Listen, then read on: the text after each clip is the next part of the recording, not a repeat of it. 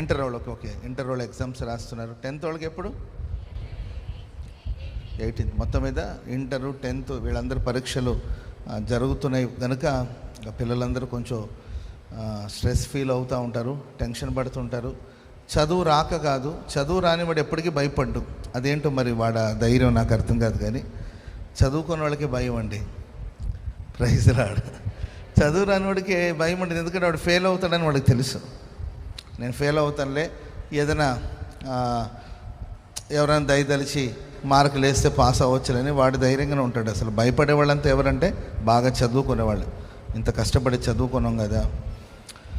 So ఎప్పుడైనా కానీ బాధ్యత గలవాడికి భారం మోసిన వాడికి ఆ ఫియర్ ఉంటుంది. కాబట్టి కొంచెం నర్వస్గా ఫీల్ అవుతుంటారు, స్ట్రెస్ ఫీల్ అవుతుంటారు, టెన్షన్ పడుతుంటారు. ఆ పిల్లలందరికీ దేవుడు ధైర్యం ఇచ్చునుగాక.